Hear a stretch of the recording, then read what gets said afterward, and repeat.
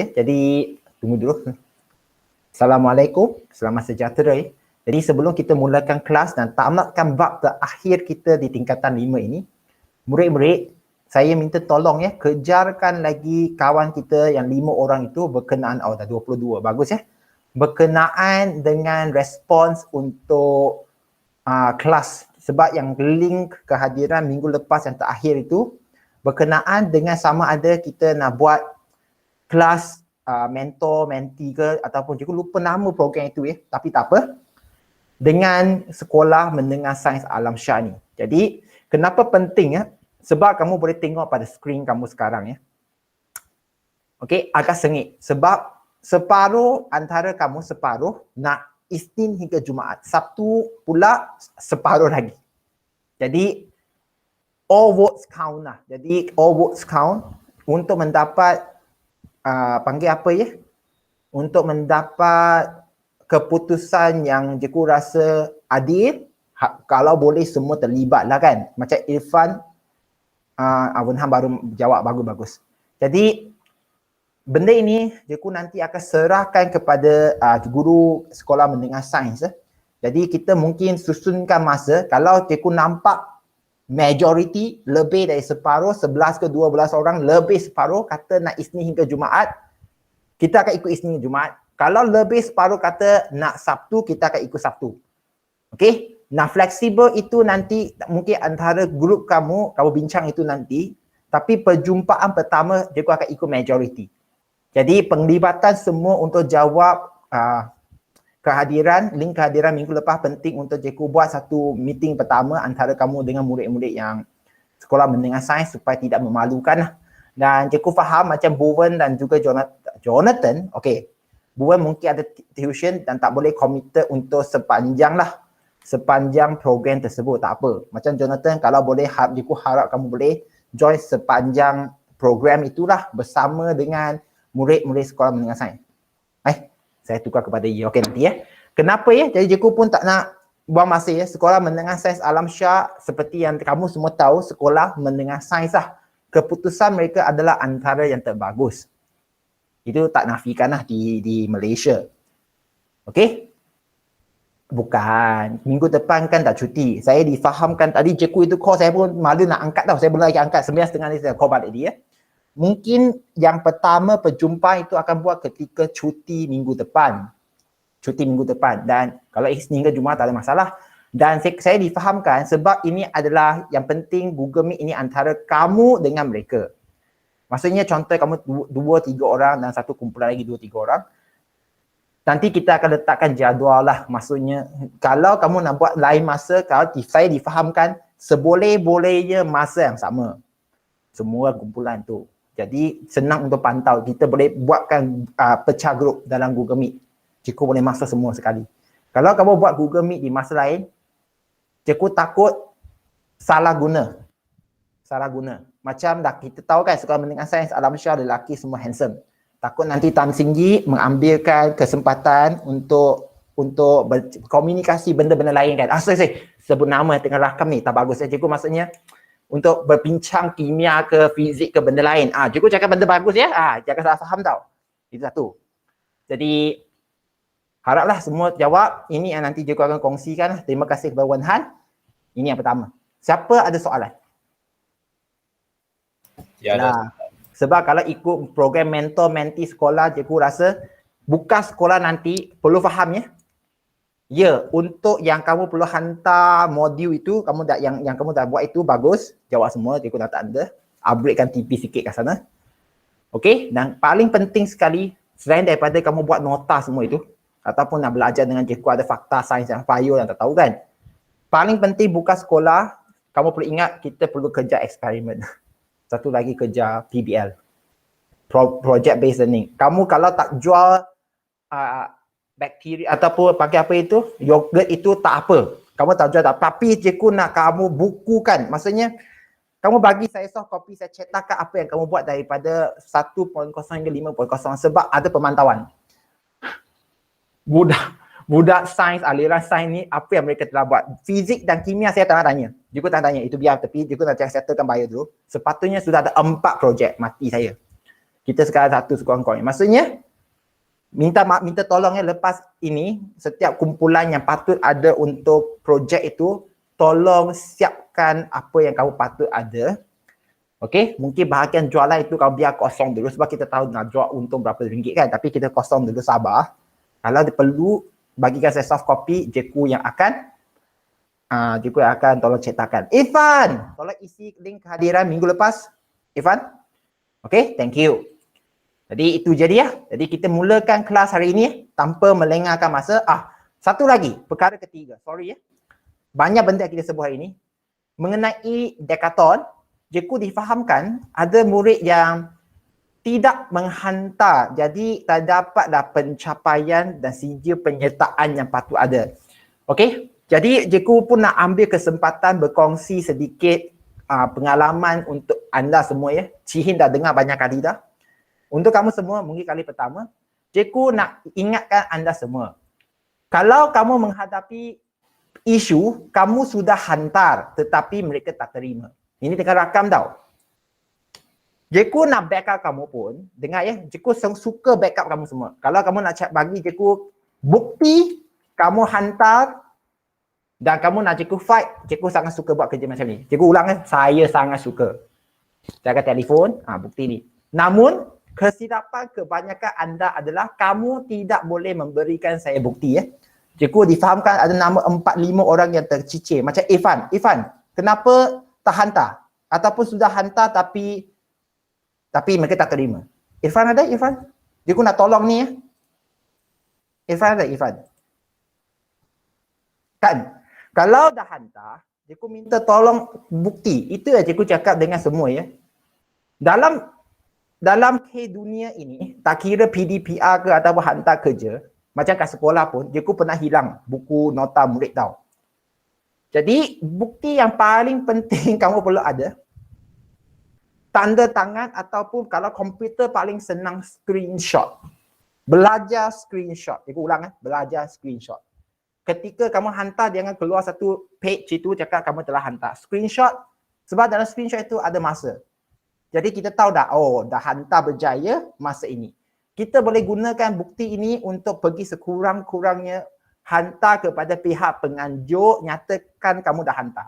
Jadi murid-murid yang tidak hantar, kalau ikut rekod tidak hantar itu, kalau kamu nak Jeku fight untuk kamu, saya ulang ya, saya sangat suka buat kerja macam ni. Saya sangat suka. Jangan kata Jeku tak protect kamu semua ya. I like to do that. But you need to give me the same evidence to help you. I need evidence. Kalau kamu tak boleh nak kemukakan evidence, Jeku bagi tahu kamu, you are wasting your time and my time, our time. Okey, jadi jangan sedih belajar daripada kesilapan hari ini ataupun kali ini. Lain kali hantar apa-apa benda untuk hard copy, tanda tangan, bukan pada kertas orang itu tapi pada kamu punya record. Minta dia tanda tangan, terima. Saya terima pada tarikh macam ni. Kalau untuk yang komputer punya assignment, hantar belajar screenshot. Macam hari ini ada kelas. Apa yang kamu boleh buat? Screenshot. Kalau kamu tak puas hati, Jeku tanda kamu tak hadir, kamu tunjuk. Jeku, saya hadir hari itu lah. Kenapa kamu tulis saya tak hadir? Apa masalah Jeku sekarang? Belajar. I know some of you don't care. I know. Saya faham. Tetapi ini adalah kita nak belajar. Jangan sampai kita dah tertipu nanti baru kita menyesal. Okey? Siapa ada soalan? Jeku sebut 3 perkara ya. Pertama, pendidikan tadi. Pendidikan di Singapura. Link itu tadi Nadia minta. Jeku bagi semula. Siapa yang nak tengok nantilah. Sekejap. Tengok nanti sendiri. Kedua, kehadiran link isi minggu lepas. Jeku akan bincang dengan Jeku dan Jeku akan bagi tahu kamu bila perjumpaan pertama saya difahamkan cuti akan datang ni. Ketiga, hantar apa-apa kerja online. Tolong nanti bukan kan? Jawapan saya dah bagi. Nadia, Farisha, Jeku pun lupa sebenarnya. Jeku sebenarnya menghadapi masalah. Jeku dah mula fobia untuk pegang handphone dah. Sebab banyak benda yang sampai Jeku tak boleh nak ikut. Kalau kamu tengok screen Jeku, kamu tengok screen sekarang, tengok. Telegram je pun. Belum lagi sebut WhatsApp dan juga email rasmi sekolah Dah sampai satu tahap tengok. Satu jemput untuk teknik menjawab. Jadi cikgu dah sampai tahap dah tak boleh nak filter individu punya message tau. Kalau individu, kalau kamu tak letak dalam grup, jadi biasanya individu dia akan tolak ke bawah. Jadi terlepas dia. Jadi yang saya janji saya akan bagi ya.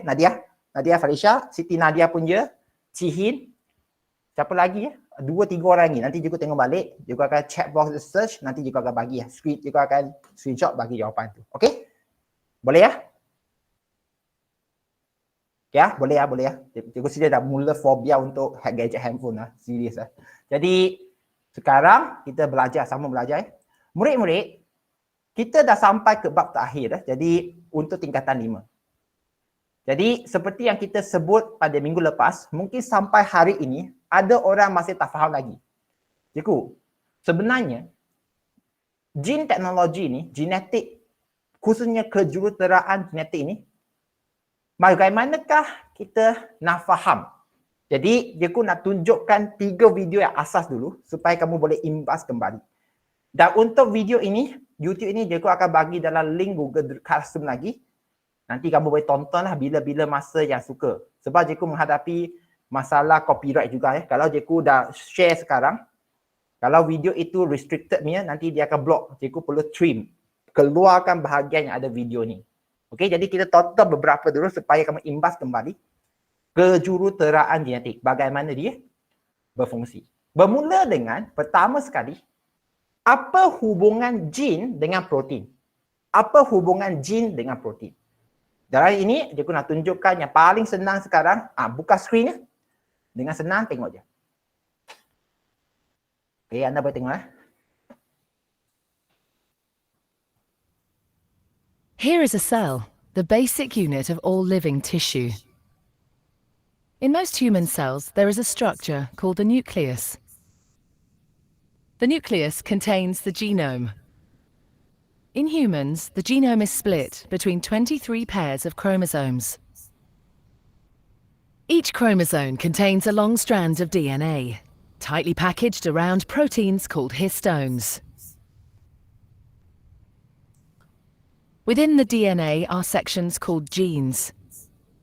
These genes contain the instructions for making proteins. When a gene is switched on, an enzyme called RNA polymerase attaches to the start of the gene. It moves along the DNA, making a strand of messenger RNA out of free bases in the nucleus. The DNA code determines the order in which the free bases are added to the messenger RNA. This process is called transcription.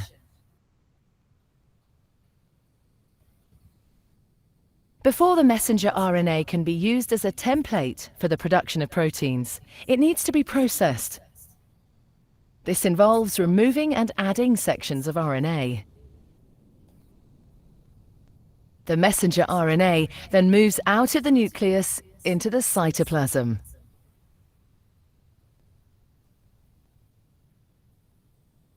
Protein factories in the cytoplasm, called ribosomes, bind to the messenger RNA. The ribosome reads the code in the messenger RNA to produce a chain made up of amino acids. There are 20 different types of amino acid. Transfer RNA molecules carry the amino acids to the ribosome. The messenger RNA is read 3 bases at a time. As each triplet is read, a transfer RNA delivers the corresponding amino acid. This is added to a growing chain of amino acids. Once the last amino acid has been added, the chain folds into a complex 3D shape to form the protein.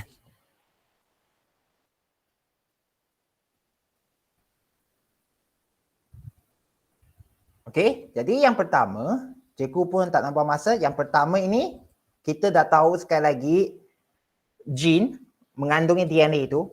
Okey, dia yang membentuk protein. Dan kepada sesiapa yang sampai hari ini belajar bio, masih tak faham itu protein kan. Cikgu nak bagi tahu sekali lagi, protein is like everything that you can see on your body now, right now. Semua protein yang kamu boleh bayangkan sekarang, kamu boleh nampak pada badan kamu. Cikgu, ya ke? Protein itu termasuklah macam kuku, kalau kamu nak tengoklah, rambut, kulit, yang menjadikan kamu berkedut ke tak berkedut. Macam cikgu muda lagi tak berkedut sebab ada protein. Okey, collagen nama dia, yang menjadikan kulit cikgu sentiasa kenyal macam baby. Okey, macam baby. Ya, saya tahu kamu semua tak shock lah dengan ayat tu kan. Tapi itulah dia protein. Okey, protein. Termasuk juga kalau kamu nak kata pigment pun ada kait dengan protein pun ya juga. Jadi DNA, okey, yang dalam gene itu, gene itu ada DNA. DNA itu yang menentukan protein. Dan kita perlu faham proses DNA, boleh tengok balik kelas sebelum ni. DNA akan membentuk mRNA dulu melalui proses transkripsi. mRNA yang boleh keluar nukleus, pergi ke ribosom, membentuk apa-apa protein yang kita nak. Okey. Dan kita telah belajar pada kelas yang sebelum ini, minggu lepas juga, berkenaan, okey, dengan satu protein yang penting, kalau anda tengok pada skrin kamu sekarang, buku muka surat 282 ya. Protein yang membentuk yang contoh protein itu iaitu hormon insulin, bukan membentuk Protein itu iaitu hormon insulin.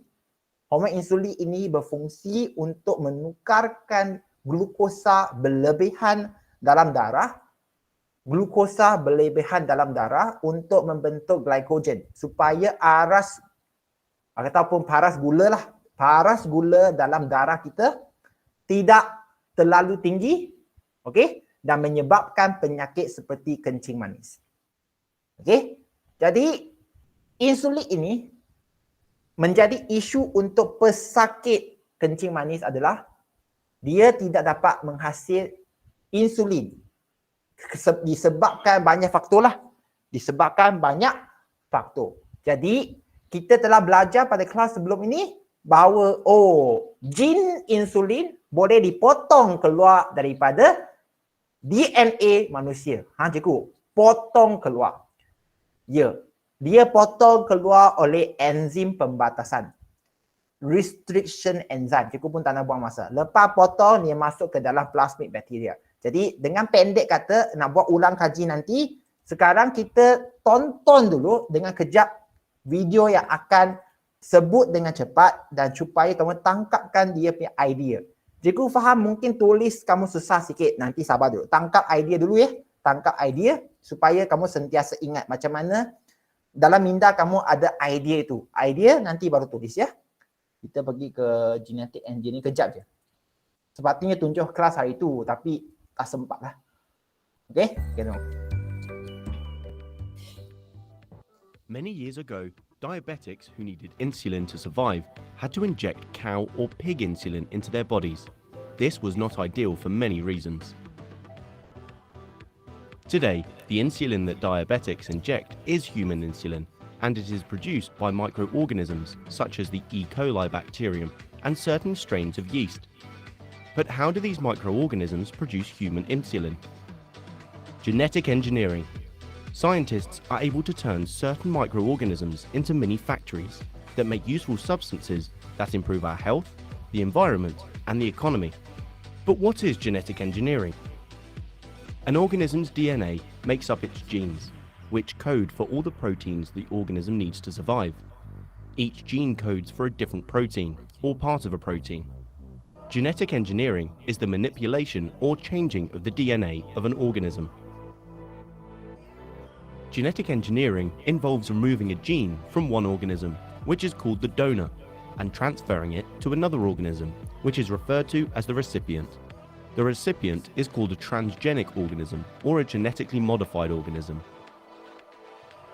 There are two basic purposes of genetic engineering. Sometimes we require large volumes of a particular protein to be made. Scientists use transgenic microorganisms to produce large volumes of this protein. For example, insulin, growth hormone, or vaccines. An organism, B, can have a gene from a different organism, A, introduced to give it, B, some advantage that A has naturally. Organisms like B are called genetically modified or transgenic organisms. For example, a gene that manufactures a toxic chemical in a bacterium can be introduced into a maize plant to make the plant toxic to certain insects that would eat it, such as caterpillars. Let's now look at the process of genetic engineering. How do you transfer a genetic characteristic from one organism to another? Although it's a very complex process, it can be summarized rather simply. We'll use the example of how the insulin gene is inserted into a bacterium in order to manufacture large amounts of human insulin. The gene that codes for human insulin is found on chromosome 11 at position 15.5. The insulin gene is cut from chromosome 11 using special enzymes called restriction enzymes. Bacteria possesses small circular strands of DNA floating in their cytoplasm. These strands of DNA are called plasmids. A plasmid is extracted from the bacterium cell. The plasmid is cut open using the same restriction enzymes that were used to cut the insulin gene from the human chromosome. The restriction enzymes leave sticky ends where one of the two DNA strands is slightly longer than the other. Because the same restriction enzyme was used to cut both the human DNA and the bacterial plasmid, the sticky ends are complementary and will allow for joining using complementary base pairing. The insulin gene is joined to the plasmid by the sticky ends. An enzyme called ligase is used to complete the joining of the two pieces of DNA. The modified plasmid is then reinserted into the bacterial cell. The modified bacterium is a genetically modified or transgenic organism because it contains some human DNA along with its own bacterial DNA. Its bacterial DNA is called recombinant DNA, bacterial DNA recombined with human DNA. The bacterial cell is placed in a fermenter, which allows for rapid asexual reproduction in ideal conditions with the optimal temperature, pH, and lots of food.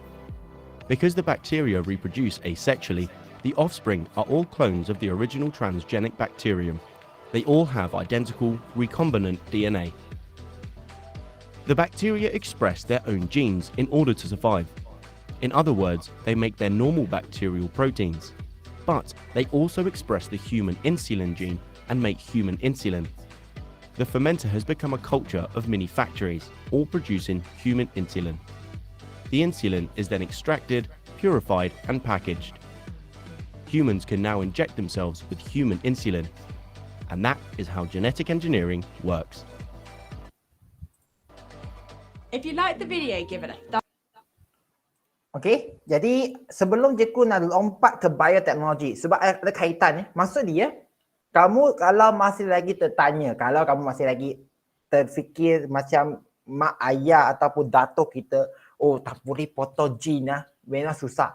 Cikgu nak bagi tahu ya, potong jin ke ataupun gabung jin ke, semua benda ini dah jadi makin biasa, khususnya untuk mereka yang nak sambung belajar di universiti degree biologi. Memang dah jadi makin biasa. Dia biasa kait dengan biokimia, kamu belajar biokimia, chemical engineer itu lain lah, tapi yang penting biochemical engineer. Okay, biology degree pun boleh sambung master ya untuk bidang berkenaan.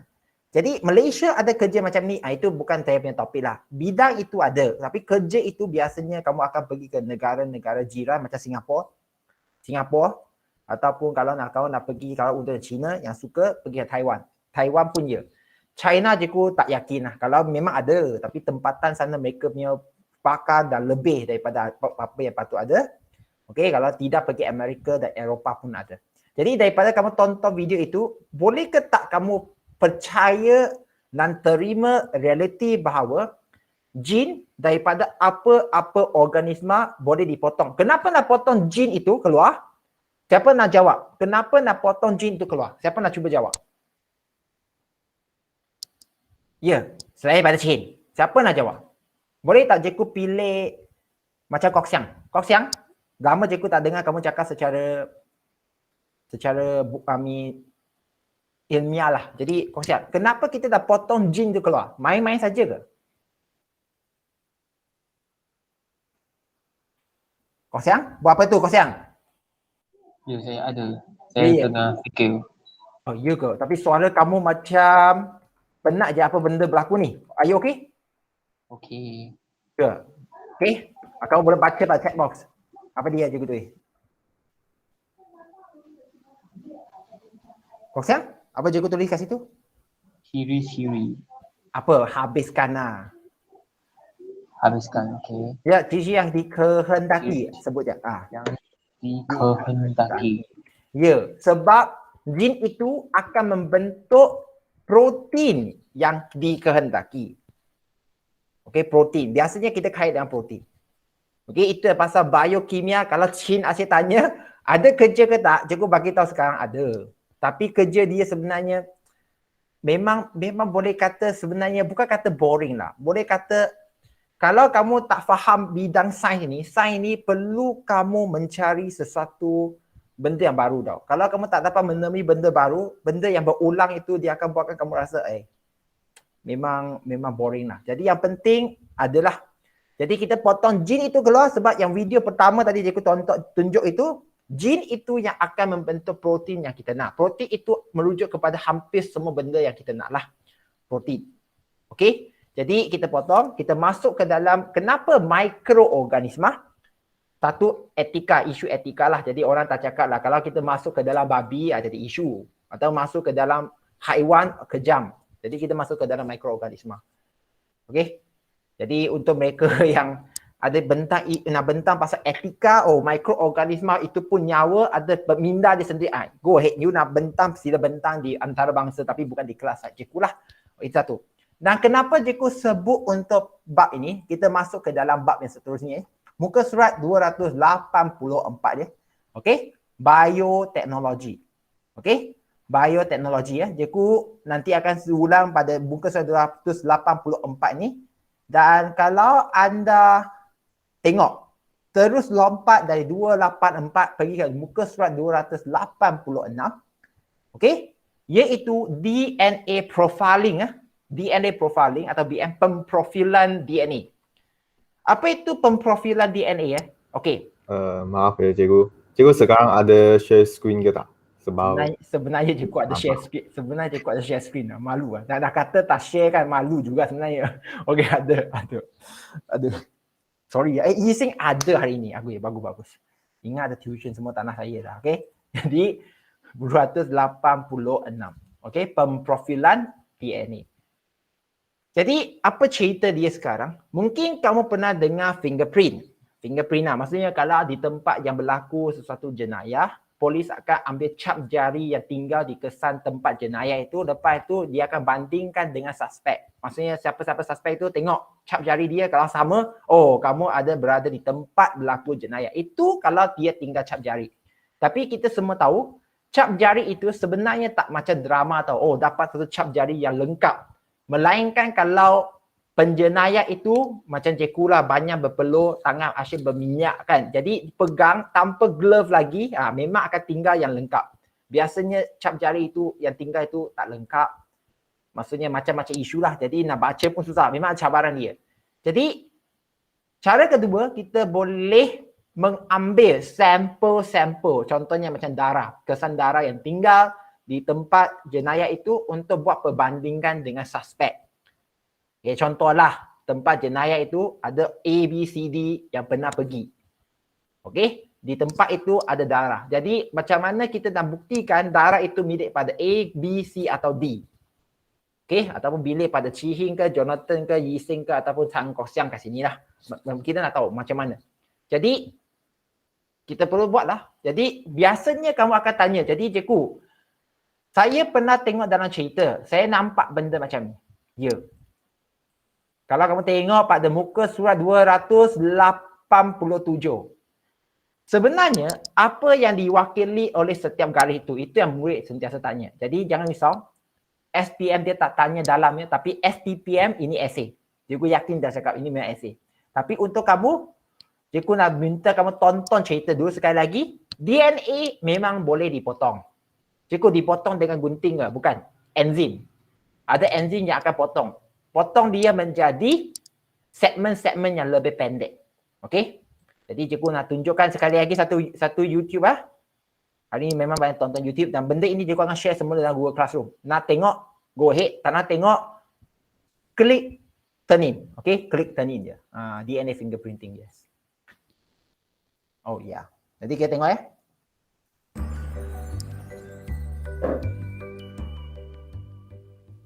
What is DNA fingerprinting or DNA profiling? Leicester University geneticist Alec Jeffreys developed a technique called DNA fingerprinting in 1985. It allows DNA samples from different people to be compared to look for similarities and differences. It's used for solving crimes and can also confirm if people are related to each other, like in paternity testing. Any two people in the world have 99.9% of their DNA the same. So this process analyzes the differences in the remaining 0.1%. This modern technology is called DNA profiling. It's a very sensitive technique which only needs a few skin cells, a hair root, or a tiny amount of blood or saliva.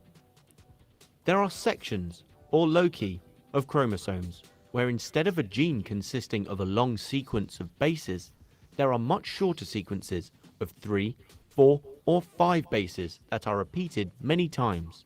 For example,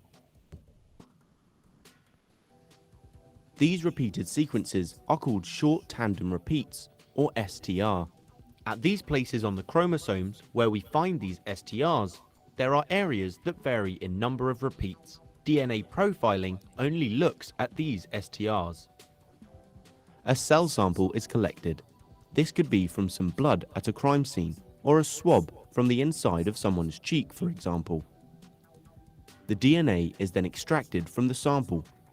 Many copies of this DNA may be made using the polymerase chain reaction, or PCR. Special enzymes called restriction endonucleases are used to cut the DNA up into different size pieces. The DNA samples are then put into wells in a special gel called agarose for the process of gel electrophoresis, which separates the DNA fragments by size. The pattern is then transferred to a nylon sheet in southern blotting. And finally, the lines produced by the DNA samples from different people are compared. So let's have a go at using DNA profiles to solve some mysteries. An item was stolen in a burglary. A drop of blood was left behind by the thief. Samples of DNA were taken from 4 suspects and compared to the sample left at the crime scene. Which suspect is guilty? Here's a clue. Look for the one that is most similar to the one from the crime scene. Pause the video while you decide. Suspect 3 is guilty. Can you see how the pattern of bands matches in suspect 3 and the crime scene? Their DNA is the same. Let's try another. A soldier has been killed in an explosion and has lost his dog tags that identify him. 3 soldiers are missing from their unit, so the army asks the 3 sets of parents for a DNA sample so that they might compare it to the soldier's DNA and therefore make an identification. Remember, the soldier will only share half of his DNA with each parent. So which set of parents is the soldier the son of? Pause the video while you decide. Parents C and D. As you can see, he inherited the first band from parent D and the second, third and fourth from parent C, and so on. So now you understand how DNA profiles or fingerprints are made and seen some examples of where they can be used. You can even interpret a DNA profile.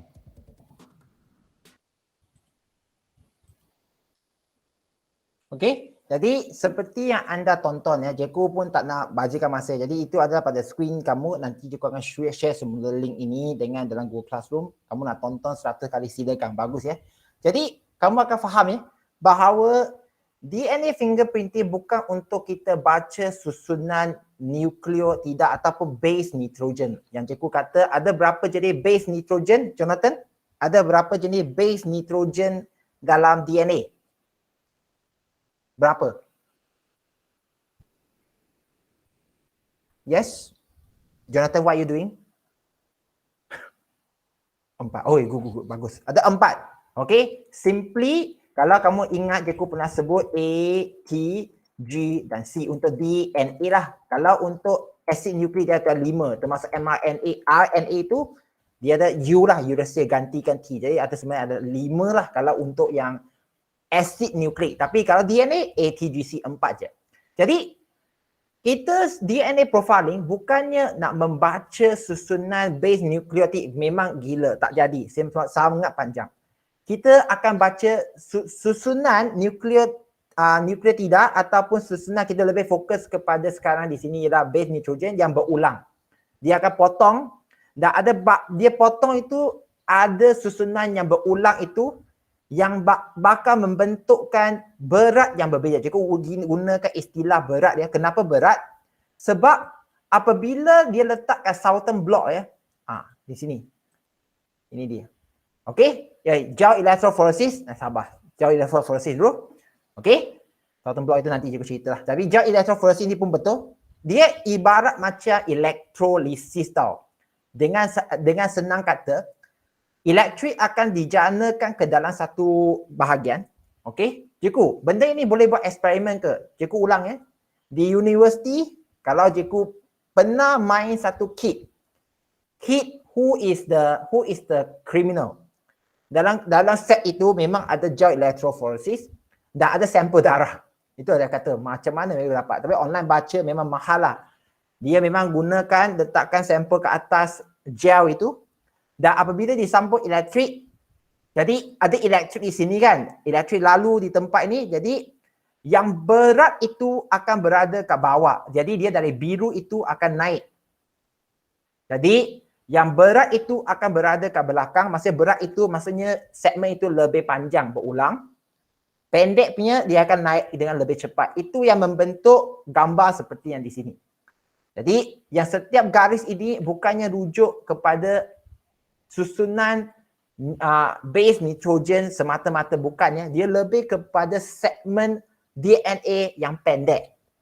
Segmen DNA yang pendek. Dan kenapa ada yang jauh, ada yang kat bawah itu, pergerakan dia itu sebabnya yang berat akan berada kat bawah lah. Cikgu guna bahasa yang senang faham. Kalau lah kamu pernah faham apa itu kromatografi Cikgu ulang kalau apa itu kromatografi, kalau kamu pernah dengar istilah itu, okey, cikgu tak tulis pada skrin sekarang sebelum cikgu lupa.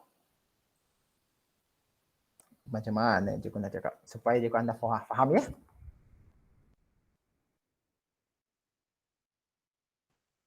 Okey. Kalau anda pernah buat eksperimen itu sendirilah kat rumah.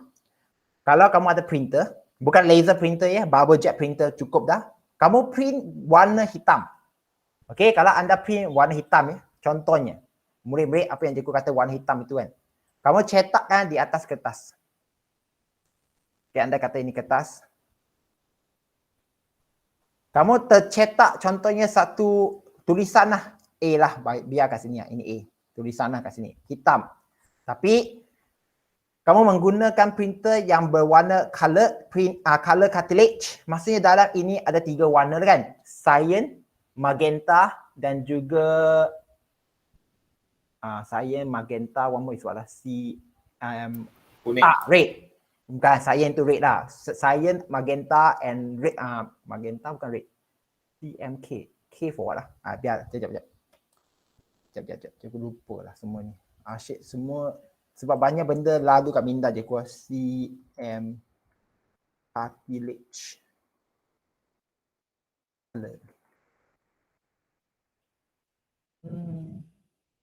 Ayo. CMY. Oh, yellow lah. Saya bukan yellow ke? Saya sorry. Kalau macam tu siapa yang tadi jawab itu bagus dah, silap je kuah. Kenapa CMY? Biar je. Nanti sabar dulu. Jadi kalau kita tengok pada penerangan dia, kalau kamu pernah letak satu titis air, kalau kamu pernah letak titis air lah, dia terkena air, contohnya air. Jadi kamu akan nampak warna itu mula bergerak ikut air berkembang. Betul kan? Kamu akan nampak ada warna yang bergerak terlebih dahulu ke depan, ada warna yang dia tertinggal kat belakang. Cikgu ulang apabila warna campuran printer CMY tadi itu, kalau kamu cetak hitam kan, dia akan tiga warna, dia akan pancut pasal tempat itu jadi hitam. Apabila anda tertitis air, itu yang kamu perlu buat lepas ni kalau kamu tak percayalah. Kamu perlu ambil mana-mana kertas yang kamu cetak sebagai nota, kamu letak air ke atas, biar tengok dia kembang. Kamu akan nampak ada warna yang bergerak keluar terlebih dahulu daripada warna hitam itu. Siapa yang rasa nak sokong dengan pernyataan cikgu?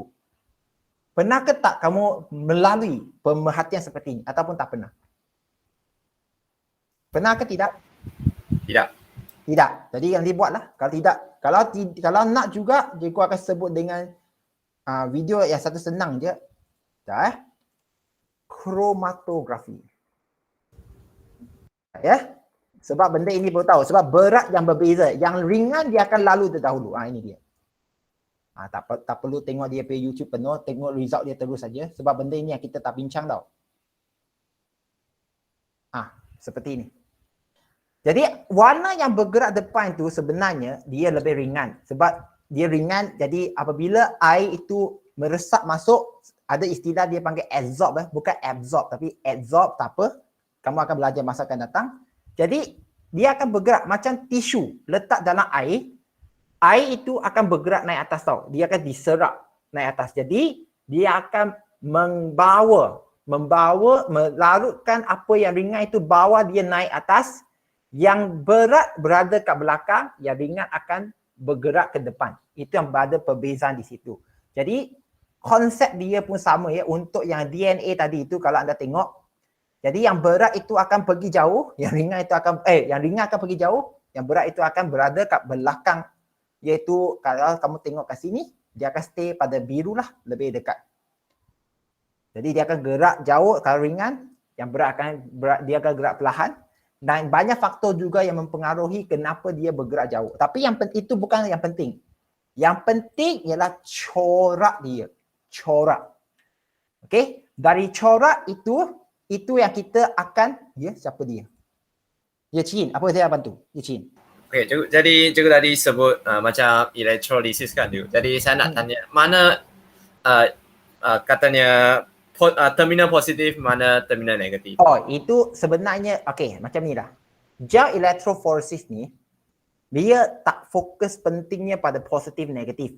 Tetapi, untuk penerangan secara awal. Cikgu, DNA ada charge ke? Jawab soalan dulu. Ada charge ke?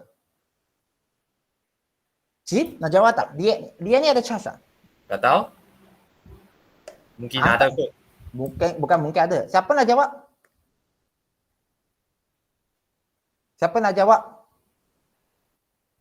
Saya nak cuba sekali.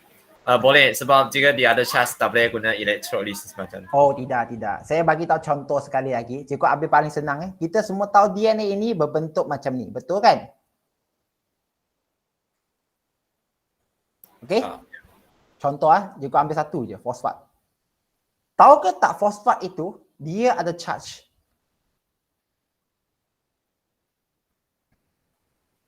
Dia ada charge kalau tak silap cikgu. Sekejap.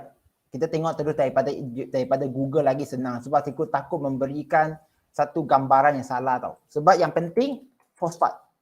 Ambil fosfat pun sama. Phosphate group in DNA. Charge. Kita pun tengok pada skrin dengan cepat saja. Jadi kamu akan nampak, dia ada charge satu negatif di tepi, nampak tak? Jadi maksud dia sekarang, DNA itu kalau saiz dia berbeza, maksudnya segmen DNA itu berbeza, kuasa charge itu sebenarnya pun berbeza. Maksud dia, kalau charge yang lebih besar, dia bakal ditarik lebih jauh. Faham ke tak? Kalau charge yang lebih kecil, dia akan tinggal ke belakang sikit. Itu pun faktor dia, charge lain daripada berat. Jadi faham ke tak, Chin? Faham. Jadi itu masa akan datang kamu akan belajar. Cikgu, kenapa kita tak belajar sekarang? Kamu patut bersyukur. Senior kamu yang KBSM, mereka tak sentuh langsung Mereka tak sentuh benda ni tau. Mereka hanya sentuh DNA fingerprinting, nota. Okey, fungsi tu je. Tapi kamu telah didedarkan, kalau kamu pergi ke buku kamu sekarang dengan cepat dia. Buku muka surat 286. Jadi kamu pun dah tengok dalam YouTube tadi.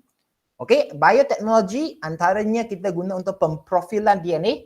Ya, selain daripada tangkap jenayah, ia juga digunakan untuk mengenal pasti siapa ibu bapa biologi kamu. Kalau kamu jadi kaya satu hari, tiba-tiba ada orang datang kata itu saya ialah ibu kamu, saya ialah bapa kamu, macam mana kamu nak tolakkan mereka secara saintifik? You are not my father and mother, go to hell. Jadi pemprofilan DNA kita boleh buat, kamu bukan. Jadi kita mengenal pasti jenayah tersebut, menyelesaikan pertikaian identiti ibu bapa sebenar, mengesan penyakit genetik punca dan menguji keserasian pendema organ. Jadi proses untuk membuat pemprofilan DNA seperti ini. Kalau kamu tengok pada muka surat 287, sampel darah ataupun air mani atau kulit diambil keluar. Cikgu perlu hafal ke? Kalau ikut apa yang cikgu faham, peperiksaan percubaan kebelakangan tahun ini memang ada sebut dalam esei. Esei ya.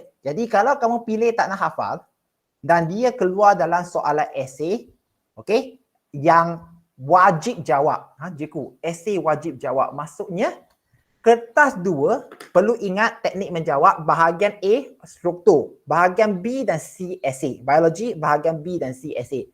B 2 pilih 1. Maksudnya kalau 1 kamu tak boleh buat, 1 lagi kamu boleh pilih jawab. C wajib jawab 1. Jawab 1 je. Itu yang membuatkan kamu lain daripada KBSM senior. Senior B dan C, 2 pilih 1, 2 pilih 1. Ada 4 pilihan esei di situ.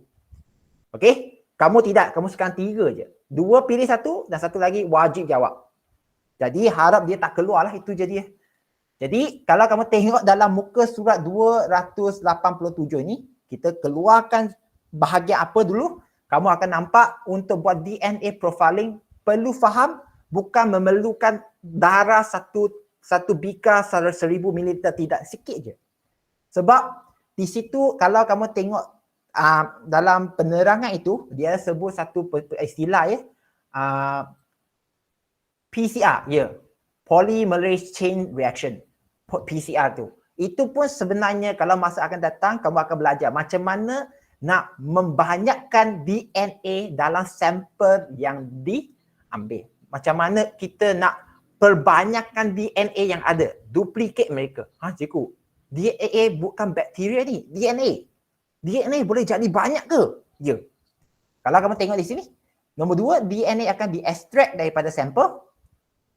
Enzim pembatasan, sekali lagi, restriction enzyme akan potong DNA. Itu yang cikgu nak kaitkan dengan insulin lepas. Sekarang kita akan potong DNA itu kepada fragment DNA yang berlainan saiz. Itu yang kamu nampak sekarang. Kalau kamu tengok pada sebelah kanan ini, ada garis-garis yang berbeza. Maksudnya fragment DNA itu berbeza saiz. Kalau yang ringan dia akan bergerak jauh sikit ke depan. Okey, kalau yang berat akan berada ke belakang. Itu konsep asalnya. Yang paling asasnya, asal dan asasah. Tapi macam Cihin tadi cakap, charge boleh mempengaruhi ke elektrolisis ni? Jawapan je. DNA kalau fragment itu lebih panjang, dijangka charge itu pun akan jadi lebih besar. Kalau charge lebih besar, maksudnya dia akan ditarik dengan lebih jauh. Tapi itu kamu tak perlu jawab sekarang. Masa akan datang. Nombor 4, sampel yang kini mengandungi fragment DNA berlainan saiz dipisahkan melalui electrophoresis gel. Cikgu, apa itu electrophoresis gel? Kalau kamu berada tak tahu kat sekolah menengah mana? Ada. Mereka punya cikgu memang beli electrophoresis gel. Ini yang cikgu pernah main di universiti, bagus ya? Best nak macam ni. Kita akan letak, dia dah siapkan tempat, kita akan letakkan sampel darah yang ada dalam kit itu dan dia akan jadi macam ni. Cikgu pun tunjuk dalam skrin sekarang kalau kamu tengok pada skrin. Dan jangan cakap kenapa sekolah Raja Abdullah tak ada ya. Sebab PKP. Sebab PKP. Tak ada PKP pun rasa tak ada pun. Tapi tak apa. Jadi benda dia macam ni. Nampak ke tak charge negatif dan positif? Jadi dia akan ditarik naik dan dia akan membentuk band lah, kalau ikut English kita panggil band, tapi BM kita panggil apa ya? Membentuk garis yang berbeza di situ. Garis lah, setiap garis itu maksudnya ada fragment DNA. Maksudnya kalau kita kata sebahagian DNA lah, yang size berbeza ke, tetapi bacaan base nitrogen itu adalah berulang, ada berulang di situ. Fragment DNA yang berlainan saiz dipindahkan daripada gel ke membran nylon. Kenapa perlu sebut gariskan DNA fragment yang berlainan saiz? Kenapa perlu sebut berlainan saiz? Ini dia. Kalau kamu tengok bapa dua ini ada 1, 2, 3, 4, 5, 6, 7. 7 DNA fragment. Semua berlainan saiz. Yang jauh ringan, yang dekat itu berat. Okey? Jadi kalau kita dah sambung juga, prop radioaktif ditambah kepada membran nylon, filem X-ray kemudian diletak di atas membran nylon. Jadi kita akan nampak band itu dengan lebih jelas, dan filem X-ray diproses dan kedudukan jalur. Gariskan kedudukan jalur DNA membentuk profil DNA akan dihasilkan. Gariskan kedudukan jalur DNA pada nombor 7 yang kotak terakhir ni, kedudukan jalur DNA membentuk profil DNA. Jadi dari situ kita boleh membuat perbandingan. Dari perbandingan, persamaan itu yang kita akan ambil. Yang sama lebih banyak itu, itulah jawapan yang kita nak matching. Mencari matching lah siapa yang mana itu adalah suspek ataupun ibu bapa kita. Ibu bapa biologi. Okey, jadi cikgu sambung ya. Cikgu sambung ya, murid-murid. GMO kita pun dah sebut. Jadi bioteknologi kita akan, sebenarnya bioteknologi ialah satu perkataan besar. Dalam itu mengandungi kejuruteraan genetik. Bioteknologi selagi kita mampu menggunakan ilmu sains, okey, menghasilkan sesuatu yang baru, itu kita pakai teknologi lah untuk kegunaan manusia. Dan kalau kita gunakan benda hidup untuk menghasilkan sesuatu yang bagus ataupun diperlukan oleh manusia, kita panggil bioteknologi. Bioteknologi. Itu pasal kadang-kadang orang tanya, cikgu, food tech dan biotech ada beza ke? Biotech besar. Dalam biotech ada food tech. Biotech itu besar, dalam biotech ada food tech. Jadi belajar biotech itu belajar lebih banyak, food tech hanya sebahagian dari biotech je, untuk makanan saja. Okey? Dan kalau kamu tanya genetic engineering, ada ke degree genetik, kejuruteraan genetik? Memang tak ada. Sebab kalau dah baca keluar nak kerja apa? Okey, kerja apa? Tak ada. Jadi nak belajar, boleh belajar biotech, di situ memang akan sentuh genetic engineering, dan mana tahu kamu boleh jadi PhD, Doctor of Philosophy masa akan datang. Sambung muka surat 287 kejap penghasilan tumbuhan bertoleransi serangga perosak. Okey, jadi kita juga menggunakan GMO dalam kapas, bakal kapas tebal yang bertoleransi kepada ulat perosak kapas. Kita pun dah sebut GMO kebaikannya pada minggu lepas, lebih tahan kepada perosak. Jadi kita gunakan tumbuhan GMO untuk kapas BT ni telah mengurangkan penggunaan racun perosak. Cikgu, kenapa kamu tak highlight point-point dia? Sebab point dia lebih kurang sama dengan kebaikan GMO yang sebelum ini. Dia memang kat situ dah. Hanya di sini, kalau kamu nak hafal pun bulatkan GMO, bulatkan kapas BT. Sebab kamu perlu contoh dia. Tanaman BT ini disuntik dengan jin daripada Bacillus thuringiensis, BT Okey, iaitu sejenis bakteria tanah yang dapat mengeluarkan bahan racun. Jadi, langkah ini dapat menjimatkan kos racun makhluk perosak dan meningkatkan pengeluaran kapas. Okey? Itu satu. Lain, jika kita boleh nampak jagung BT. Jagung pun dah menjadi makanan biasa cikgu dah sebut, GMO. Jadi, kenapa mereka nak masukkan jin bakteria itu? Sekali lagi, sebab jin bakteria itu boleh mengeluarkan bahan racun. Kalau sesiapa yang tak boleh nak terima, bulatkan jin, gariskan BT ni, bakteria ni, bulatkan bahan racun. Tulis kat situ protein ni. Kita masukkan jin daripada bakteria dalam tumbuhan yang kita nak supaya dia menghasilkan protein, bahan racun yang boleh mengelakkan perosak. Jadi baca di muka surat 287, jin yang menghasilkan toksin BT daripada bakteria Bacillus thuringiensis dimasukkan ke dalam genom tumbuhan. Dari sini mungkin ada antara kamu dah mula terfikir, jadi cikgu, boleh tak saya potong jin babi masuk dalam jagung? Dengar ya, itu yang tadi cikgu sebut cangkok siang itu jawab ya. Kita tidak akan sembarangan potong jin babi masuk dalam pokok. Sebab kita perlu ada ciri-ciri yang dikehendaki. Kenapa kamu nak potong jin itu? Okey? Kita ahli saintis pun takut kalau kita pindahkan jin tanpa sebab yang bagus dan dia menyebabkan malapetaka. Kita pun fikir macam tu juga. Ingat mereka tak ada kerja ke? Jadi mereka perlu fikir. Okey? Jadi untuk di sini mereka tahu okey, jin ini boleh menghalang serangga, jadi mereka potong masuk ke dalam tumbuhan. Jadi serangga perosak akan makan tumbuhan yang akan mengeluarkan toksin BT. Toksin akan mengganggu sistem pencernaan serangga perosak dan menyebabkan serangga perosak itu mati. Jadi ini memang dah berlaku. Kamu nak terima ke tak nak terima, itu realiti. Dan kalau kamu sekarang baca online, GMO, memang jagung, jagung, betik, dah banyak lagi.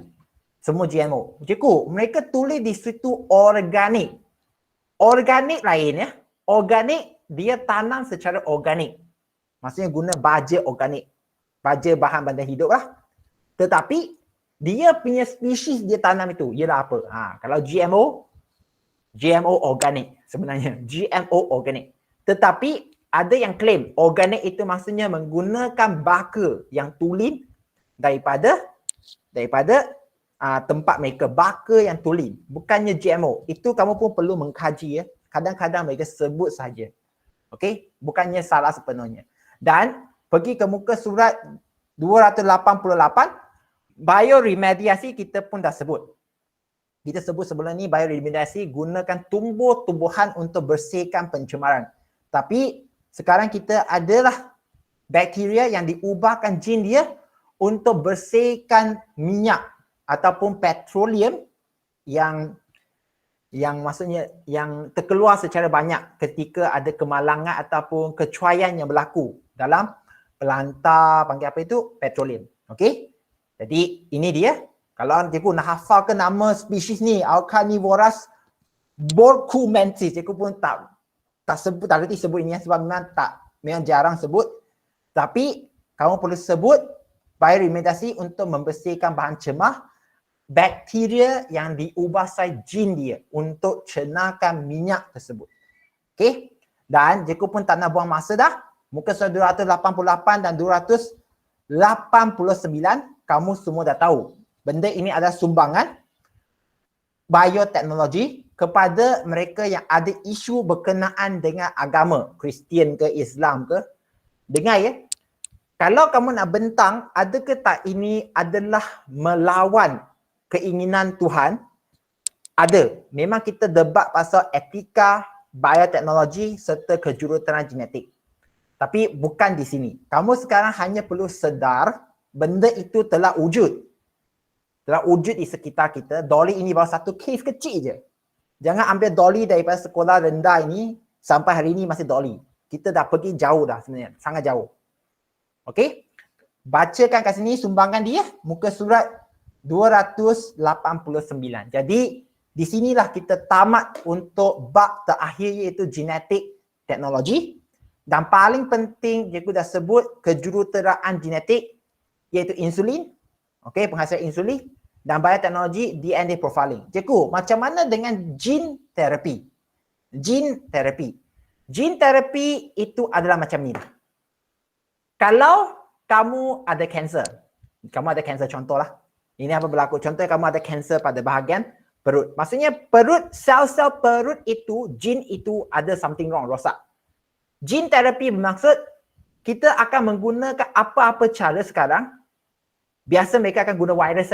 Virus tukarkan gene yang rosak itu, membentuk kanser gene yang rosak dalam sel-sel perut itu, rawatkan gene itu jadi gene yang sihat semula. Ini bahasa kasar. Tukarkan gene yang rosak menyebabkan kanser itu dalam sel-sel kanser itu, kembali menjadi sihat. Cikgu, boleh ke?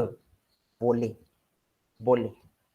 Okey, memang kita dah sampai tahap untuk bincang gene terapi, tapi tak boleh pergi jauh untuk SPM lagi. Namun, kamu boleh cari artikel gene terapi online. Banyak. Jadi, dengan itu, kita dah tamat untuk Form 5 tingkatan 5 ini. Siapa ada soalan? Murid-murid yang saya hormati, siapa ada soalan? Tiada soalan. Hashika? Shika? Okey. Faiza, ada soalan Faiza? Faiza? Faiza, okey. Kalau tak ada, itu saja untuk hari ini. Dan Cikgu akan sharekan semua video yang tadi sebut. Tambah lagi satu gene terapi untuk kamu dapat idea. Yang kamu perlu hafal adalah berasas kepada buku teks anda sekarang. Nak belajar jauh, go ahead. Tapi bukan untuk SPM lah. Kamu maksudnya baca untuk pengetahuan yang lebih luas, itu saja. Okey, yang paling penting GMO cikgu dah sebut minggu lepas. Apa kepentingan GMO? Sebab GMO banyak orang salah faham masih di permulaan. Tidak. Dia dah bergerak jauh dah. 100 tahun pun ada dah dia bersejarah. Paling tidak jagung. Okey, itu saja daripada cikgu. Terima kasih. Siapa ada soalan? Kalau tak ada dah, anda boleh bersurai ya. Tapi sebelum itu, cikgu nak minta bukakan